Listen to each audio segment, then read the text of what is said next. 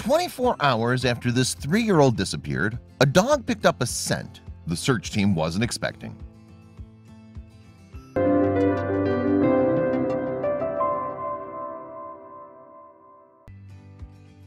On May 27, 2017, Gloria Cooper was enjoying an evening at a Dave & Buster's restaurant in Houston, Texas. She was accompanied by her husband, Jeremy, while their 3-year-old son from a previous relationship, Ezra, was on a camping expedition some 60 miles away.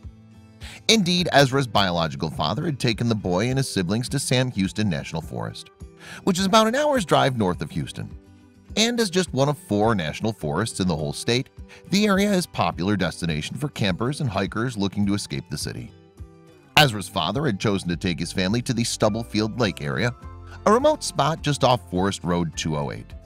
But what started as a family adventure soon turned into a nightmare when little Ezra toddled off from the campsite and into the forest alone.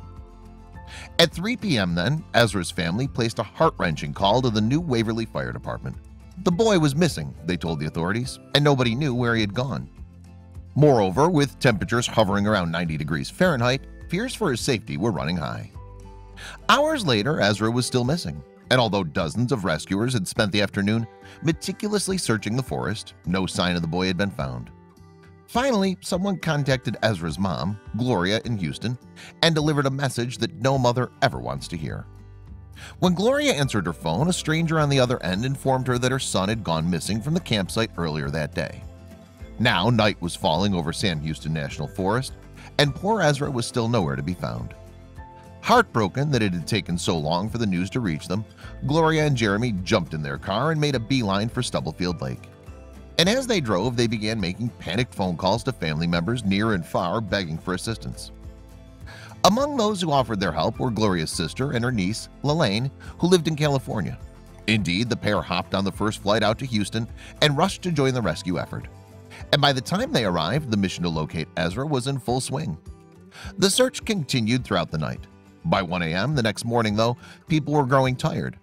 However, there was still no sign of Ezra, and everyone knew that time was running out. Desperate, the chief of the New Waverly Fire Department, Jason Slott, sent out a call for additional resources. Luckily, the Texas EquiSearch Mounted Search and Recovery Team, or TXEQ, were on hand to respond.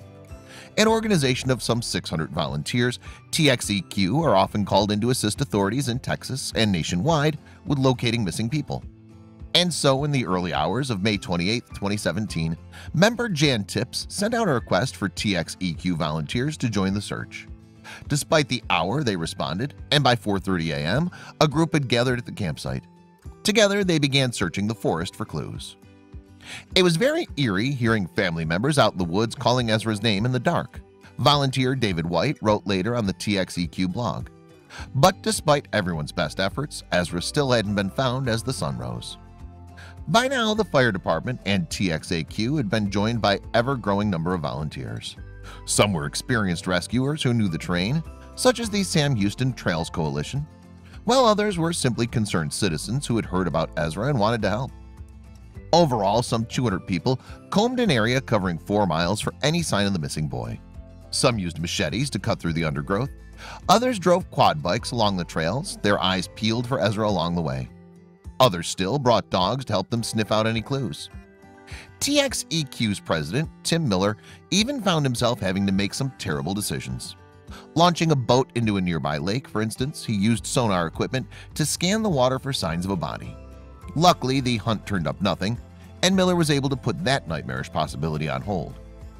As midday came and went and the oppressive heat returned, hope of finding Ezra alive began to dwindle. And as a press conference loomed, Miller began to wonder how to address the reporters. Privately, he suspected that recovering the boy's body was the best they could hope for now. As Miller prepared for the conference, volunteers continued to comb the area. And then, finally, in an area just a mile from the campsite, a dog alerted rescuers to something nearby. The canine had sniffed out a scent and got the attention of some of the searchers, who moved closer to the area. Among the searchers was Ezra's 21-year-old cousin, Lelaine Dunga. She'd been desperately scanning the trails for hours, calling out Ezra's name over and over. As the dog eagerly tracked the smell, Lelaine called out again, and this time her cry was met by the sound that all the searchers had been longing to hear.